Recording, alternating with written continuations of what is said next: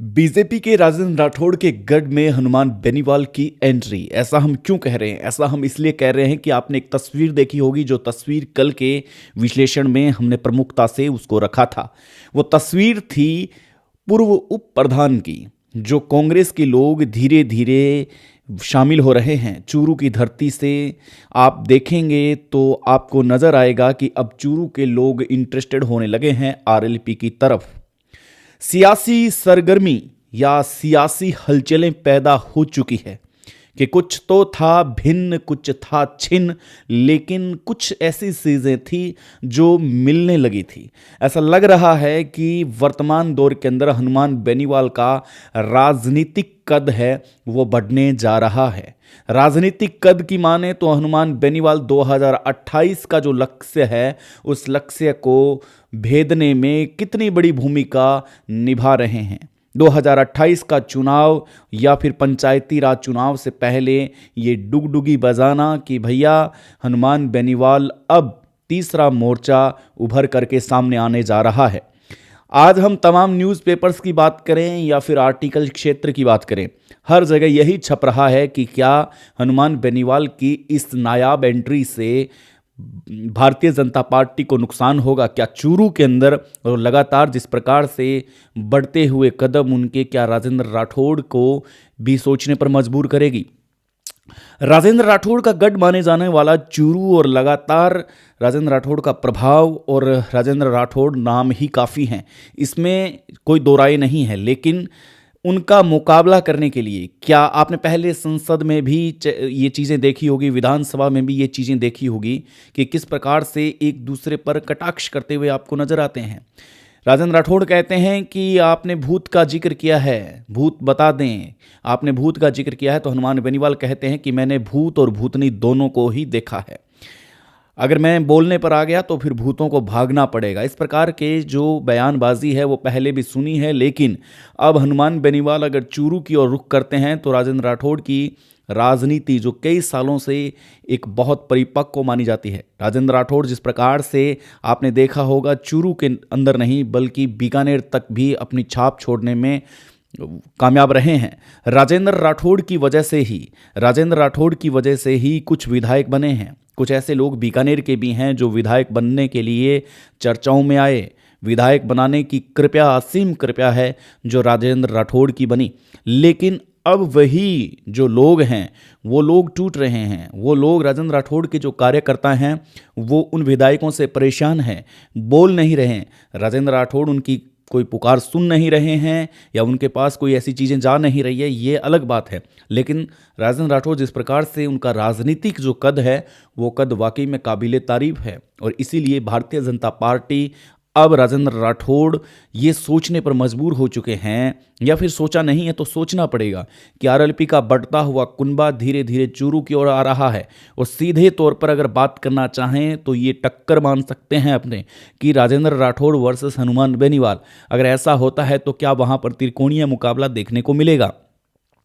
जिस प्रकार से हनुमान बेनीवाल की आरएलपी के अंदर लोग जुड़ते जा रहे हैं, क्योंकि हनुमान बेनीवाल का क्रेज कुछ ऐसा बनता हुआ नजर आ रहा है कि हनुमान बेनीवाल ने जितने भी आज तक आंदोलन किए, धरने दिए, वो सब सक्सेस हुए हैं। एक भी ऐसा आंदोलन नहीं जो फेल हुआ है। अगर ऐसा माना जाए तो राजेंद्र राठौड़ भी ये सोचना चाहिए राजेंद्र राठौड़ के लोगों को कि अगर हनुमान बेनीवाल अगर वहाँ आते हैं तो त्रिकोणीय मुकाबला जिस प्रकार से बनेगा तो क्या उसके अंदर भारतीय जनता पार्टी को नुकसान होगा या नहीं होगा। दूसरे मायने में अगर देखें तो राजेंद्र राठौड़ को इस बात का तो ये रहना चाहिए कि कांग्रेस के जो लोग हैं वो लोग आरएलपी की ओर जा रहे हैं, लेकिन हो सकता है कि लोग डरते हुए आरएलपी में नहीं जाए, लेकिन वोटों के अंदर हो सकता है कि आरएलपी को खासा असर दिखाई दे सकता है या आरएलपी को बहुत बढ़िया मैंडेट मिल सकता है वहाँ से। इसलिए हनुमान बेनीवाल अब चूरू की ओर रुख कर रहे हैं। धीरे धीरे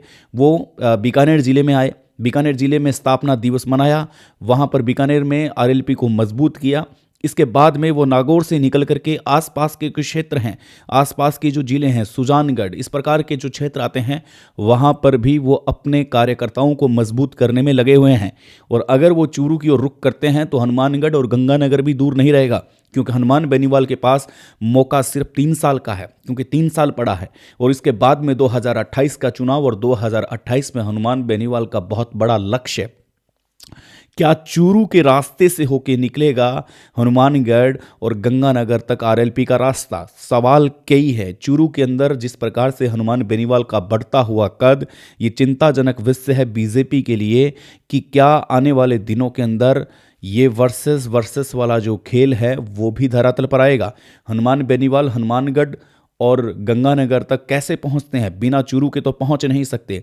लेकिन एक बात समझ में आएगी कि वो शेखावटी का जो क्षेत्र है उसको छोड़ते हुए सीधा चूरू से निकल के आगे हनुमानगढ़ और गंगानगर में जाने की कोशिश कर रहे हैं। ऐसे में शेखावटी में राजेंद्र गुड़ा, जो आपने सुना है अच्छे से नाम, आपको नरेश मीणा के उस चुनावी दौरे में ये तीनों चेहरे साथ में नजर आए थे।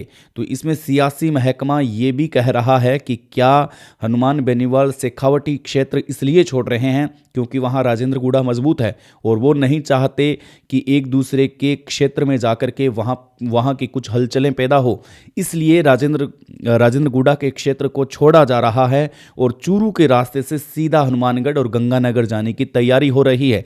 हनुमान बेनीवाल लगातार अपने कार्यकर्ताओं से मिल रहे हैं। हनुमान बेनीवाल लगातार उन कार्यकर्ताओं को प्रोत्साहित कर रहे हैं जो छोटे कार्यकर्ता है या फिर किसी पद पर बैठे हैं। चूरू में ऐसे तमाम सैकड़ों कार्यकर्ता जो कभी कांग्रेस के हुआ करते थे या फिर कभी भाजपा के हुआ करते थे वोटर्स, वो पिछले 1 साल के अंदर लगातार शामिल हो रहे हैं। अब कुछ लोग चर्चा का विषय इसलिए बन जाते हैं क्योंकि उनके पास पद होता है, और जिस प्रकार से पूर्व उप प्रधान कांग्रेस के आरएलपी में शामिल होते हैं तो उनको एक विशेष जगह दी जाती है। लेकिन ऐसे तमाम कार्यकर्ता है जो भाजपा और कांग्रेस से जुड़े हुए होते हैं, लेकिन वो सीधे तौर पर आकर के अगर ज्वाइन करते हैं तो इसका सबसे बड़ा सवाल ये है कि उनकी चर्चा नहीं होती, क्योंकि आए दिन हर दिन सैकड़ों कार्यकर्ता आकर के हनुमान बेनीवाल का दामन थामते हैं।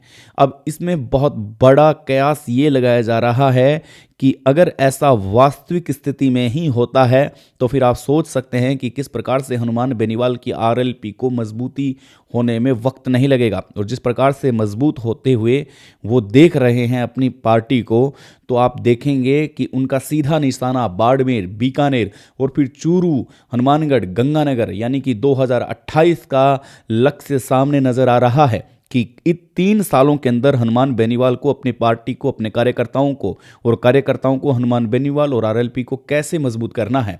ये रणनीति बता रही है कि 2028 का लक्ष्य बहुत नज़दीक आ रहा है। नमस्कार, आपसे फिर मुलाकात करेंगे। जय हिंद।